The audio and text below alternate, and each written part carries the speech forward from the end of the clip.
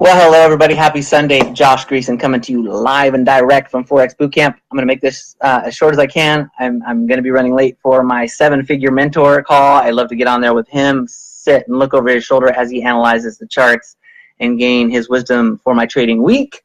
So I'm going to keep this quick. We've been doing this series of videos on my Forex Trading Life, one video per day for 30 days, total of 30 videos on Forex Trading Life. How does it fit in with regular life? Nuts and bolts, nitty gritty. You know, I got a full-time job, wife and kids, other commitments, hobbies, pursuits, all that sort of stuff. Just like you, got a busy life.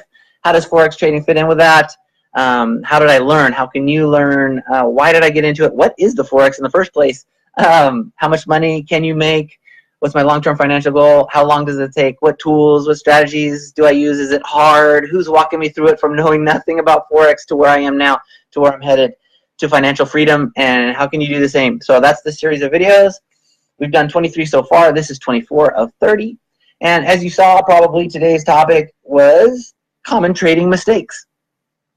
And let's just get on the list, all right? I took this from one of our mentors, Evan Cabral. Peace to Evan Cabral. Props to him. And I did notice, though, that some of these things on his list fall into categories that we have touched on previous videos. Fear, greed, stubbornness, emotion, impulsiveness, things like that.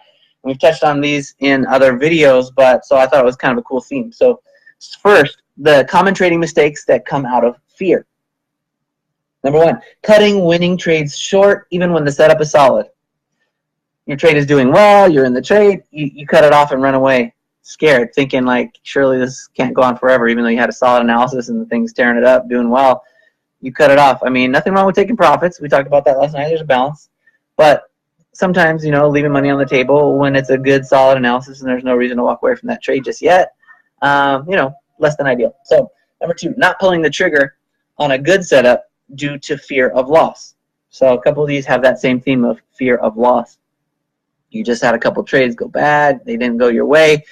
And you're not feeling so confident right now, and so it starts to affect your trading decisions. And one of the things you can do is not pull the trigger on a good trade because you're feeling hesitant and scared because you just lost a trade.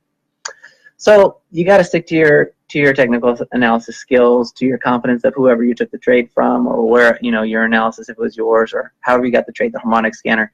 Like, dude, the tool is 89% right. That doesn't change because you just had a trading loss. That, you know, you still have that 11%.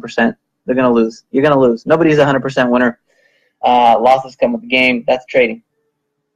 So don't let it stop you from doing the right thing.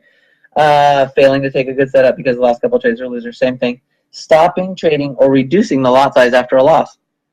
Now, changing your lot sizes can go either way, either out of fear of loss or out of overconfidence from winning. You can get really confident, hey, I'm winning, I'm tearing it up, and pump up your lot size, over risking because you think you're unbeatable, and that's bad, and because surely you're going to lose at some point, and then you're going to feel that loss more than you should have because you bumped up your lot sizes. Be consistent with your lot sizes. Stay to your 1 to 3% risk per trade. That's it. And same thing on the losing side, right? Just because, you know, let's say you normally trade at 3% risk and you lost a trade or two, don't suddenly bump it down to 1% risk just because you're feeling not so swift. Look, if you don't feel like trading and your head's not on straight, that's fine. You don't have to trade right then, but don't change your lot sizes. Be consistent with your lot sizes because the next thing you know, you're going to win, and then you're like, man, that $10 win could have been a $100 win because I reduced my lot size out of fear of loss. So don't let that be you. Next category, stubbornness. Or pride is another way to put that, right? Stubbornness, letting a losing trade run in hopes of getting back to break even. Once you've set your entry point and your stop loss and your take profit, remember this set it and forget it is a way to avoid greed. It's also a way to avoid stubbornness and pride impacting your trading. Don't let that thing run in the wrong direction. Keep bumping your stop loss further away, but no, it's about to turn around. It's about to turn around. No, really, it's about to turn around, and then your losses get bigger and bigger. Don't do that. Set your analysis with your 1 to 3% risk per trade. Boom, walk away. If you hit your stop loss, you're out. End of story. Okay, well, we'll touch on that again in a minute, but because there are other things you can do there. But worse than doing that, worse than bumping your stop loss further and further away and increasing your risk, worse still is adding another position on a trade that's already losing. because you think, no, you don't understand. It's about to turn around, and when it does, I'm going to profit from there to there, and then I'm going to profit from there to there, and then I'm going to be doubly profit. No, you don't even know if it's going to turn around right now. You already thought it wasn't even going to hit that stop loss. So your analysis was not foolproof. It's not 100%. Don't start adding more positions to a losing trade. Don't do it. All right. What do we got here? Chasing trades. Okay, so let's say you did a good job on that trade. You got in, the trade went the wrong way, it hit your stop loss, checked you out of the trade. Don't chase trades. Now, I understand. I had a couple weeks where I was called 2-Pip Josh. That was my name. Why? Because I would get tapped out of trades by half a pip, 1 pip, 2 pips. Happened 6 times in 2 trading weeks. I mean, how frustrating. It would just touch my stop loss and then go the way I wanted it to go. And I was like, oh, you're kidding me. So painful, like, to know that I was just a hair off, trying to keep my stops tight and minimize my risk. But, there's a balance between that and leaving room for the trade to breathe. But I forgot what I was talking about here. Let me see. What was the particular error? Chasing trades. Okay, so I could see, okay, you just get tapped out and it starts to go the right way. You might want to put one more try on it, right? One more position, go. If you got tapped out of that one, give it one more try. But if on that second try, that thing goes up again, taps you out again, you're done. 2 max. 2 max. That's my personal trading rule. I will never go a third time on that pair, on that trade, if I've already gotten kicked out of it twice, stopped out. Don't do it. Hunt trades, yes, but don't chase trades. What I mean by hunt trades, look for the charts, find the best setups, the highest probability trades, take those guys, hunt them out, find them, trap them, take them, but don't chase trades that aren't working out, okay? Don't be stubborn. Don't be emotionally attached to a trade so much that you just keep losing, stubbornly thinking that your analysis is so good that you could never be wrong in it. You got to get in. Look, better. You lose twice, move on to the next trade. There's always another trade. Keep moving. All right. Becoming more aggressive after losing money. So that's kind of along the lines of adding a position, or you get kicked out of the trade, and then instead of just taking the second position using consistent risk management, you get in and double your lot size because you're going to show the market who's boss. You're not going to show the market anything. The market is a beast. It's huge. It's massive. It's way beyond the scale of anything you can take revenge on, and the market doesn't even know you exist. The market has no personal vendetta against you. Don't think you need to get revenge on it. It has nothing against you. It doesn't even know, and even if you try and win or lose, it will never know you are even there. You're like a flea on an elephant, okay? Don't worry about it. It's like trying to swim and fight against those 100-foot waves in Hawaii, the North Shore, whatever, the big tsunami waves coming in, and you're like, no, I'm going to show that wave. You don't understand the force of that wave, man. Don't fight the wave. Turn your board around, face the beach, and ride that thing. Work with it. Go with the flow, okay? Make your money that way. Don't think you're going to make your money by fighting against the beast of the market, right? Okay. Next category, greed. Making profits in the morning or on Sunday, Monday, giving them back in the afternoon, or Tuesday, Wednesday, Thursday, Friday. You can avoid this. We talked about this on our greed video yesterday about setting your daily trading targets, your profit targets. 1%, 2%, 3% per day, whatever your target is for the day. Hit that target. Hit it and quit it. What do I mean? Hit your target. Quit. Walk away. Quit while you're ahead. If you hit your target for the day or for the week, shut off your trading. Go back to regular life. Take some time off from trading.